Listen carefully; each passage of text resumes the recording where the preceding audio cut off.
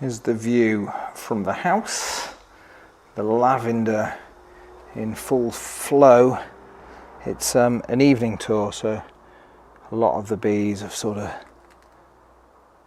heading off as temperatures cool. Those of you that subscribe will know there used to be lavender all down this side, but it is quite old and getting quite leggy, so that had to come out this year. I've replaced it with a standard Portuguese laurel there, so setting off the agapanthus, and I've put some posts in where I've been training or trying to.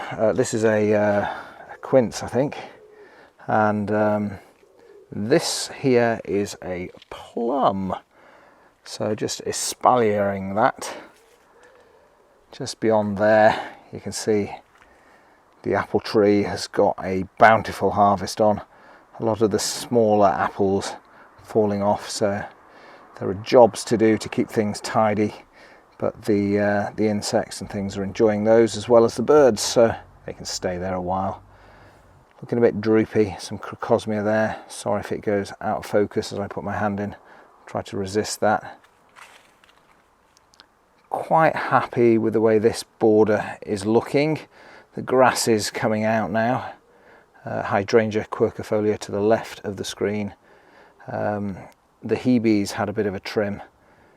And these sedums here, there's just tiny specks of pink coming out, so they'll be in flower soon.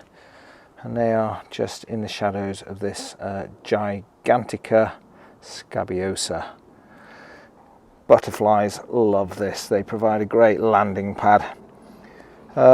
A weed here, but I quite like it. It's a nice leggy one, rather like the scabiosa there, so it can stay. Echinops just turning past its best. They're the blue round balls there. Bit of basil in a pot, more Hebe pittosporum. This area's had a bit of a tidy out, the gravel garden. I put these hostas in earlier in the year in the raised bed, and the sedums they're taking off too. I've cut back the roofs to give a bit more height and light to this Ereobatria. The tree here, Catalpa, is looking a bit thirsty.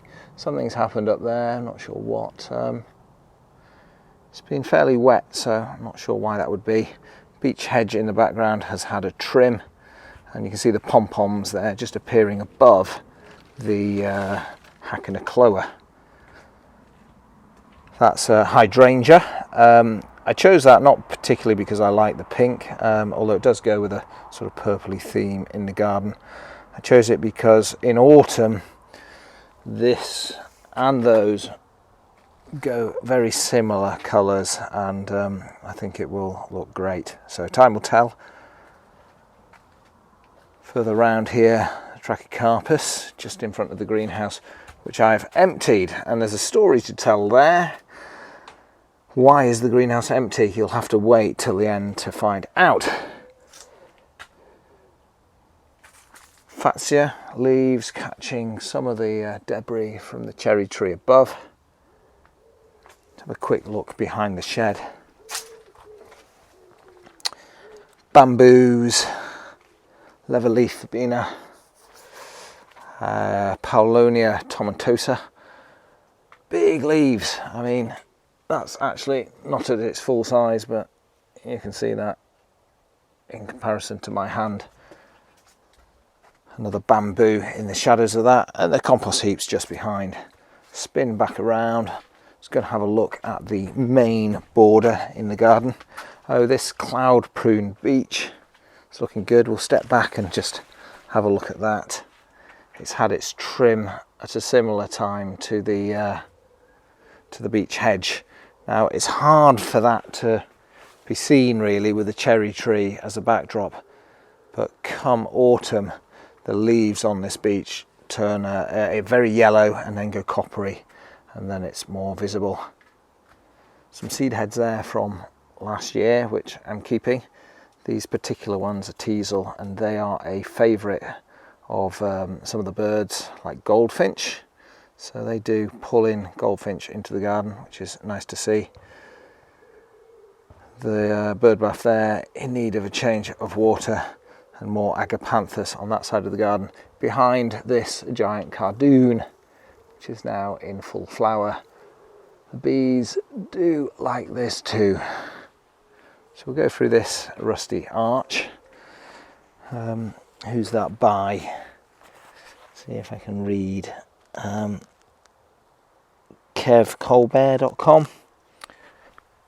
Bit of a shout out to you, Kev. More cardoon repeated down the length of the hedge border here. Euphorbia, more sedums, and I mean that's the height of those cardoons. I can hardly reach them, but they look fantastic. This Acer next to it here, the leaves go a fantastic red, which again will set off against that hedge in autumn. Plenty of purples in the shed border, agapanthus and Geranium roseanne. An Acer there, providing just a different colour, and that kind of tying in with the pittosporum in the lower corner there. Rosemary, just behind the rosemary there. Have a smell. Think of someone. The Acer occasun, you can see just starting to get red seed heads there and a tinge of red. It has felt quite autumnal recently here in the UK. I don't know if that's been the same for you. Fabina bonariensis, again popular with wildlife. Just look how bright the colour. I mean, it's fantastic. Some of the speckles on this cardoon, but the colour of that, amazing. The new border here is looking a bit tired. It was very full of these ox-eye daisies. I went overboard and it just looked a mess. So a lot of those have come out. Hopefully next year, clumps of the ox-eye daisy, and that will give a bit more light to some of the erysimums and other plants in this border. Some have seeded naturally. That there looks like a cornflower. I've put some topiary in there too, which is looking a bit sad. It takes a while, obviously, to establish. So that will eventually become a ball, and that will eventually become a standard, much like the Portuguese laurel here. That's been about 8 or 9 years in the making. Just below that, the Fatsia. And over this side, the furniture, outdoor furniture, has been cleared off the deck. More big leaves on this. I thought we'd lost this actually. This is a rice paper plant. I thought we'd lost it in the winter. It was quite harsh frosts this year. There's a spider up there on the web, on the leaf. It was very cold, -11 in November, I think, sort of a surprise frost.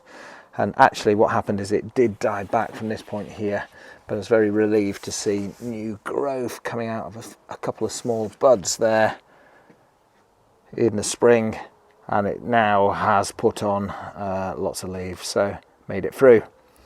As did the Euphorbia mellifera below. That died all the way back. But now it's got plenty of new young fresh shoots on, and it's looking great. The fig behind that,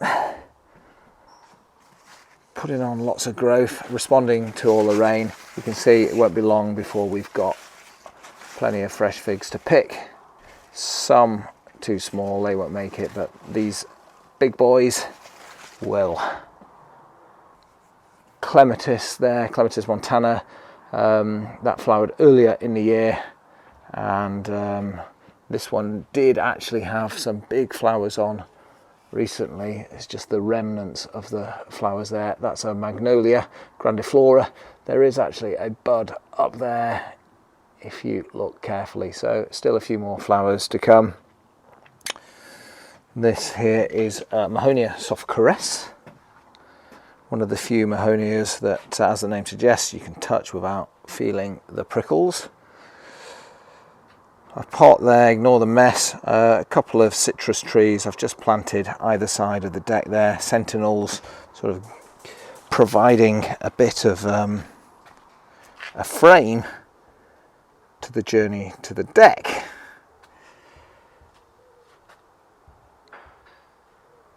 Shady border,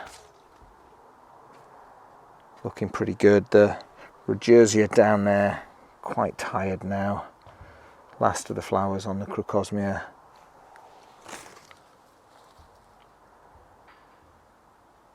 Nice mix of colours and textures. Light being provided by the Brunner Jack Frost and the bamboo there, which I tend to sort of shape into a ball. It's a very slow growing bamboo, so I'm quite happy with that one in the garden. Stripes on the zebra grass, Miscanthus sinensis. And this one here is called Morning Light, and I like it because it's a bit like a firework display, particularly when you start considering these fantastic balls from the Echinops. So final look across the border.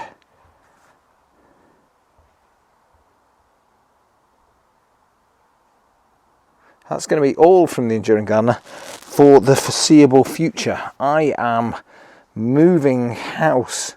Actually, we'll be keeping this house, we'll be renting it, so it's not the last I'll see of the garden, but I'm moving over to the States. And I don't have a garden there. I will have a balcony, so I might get a chance to do some videos from the balcony. I'll certainly be getting a few herbs and plants up there, just so there's some greenery. Exciting times, and that's the reason for the radio silence really. I've been very busy packing up, and I go on Saturday, so wish me luck. That's all for the Enduring Gardener. Thanks for tuning in over the years. I will be back. Goodbye.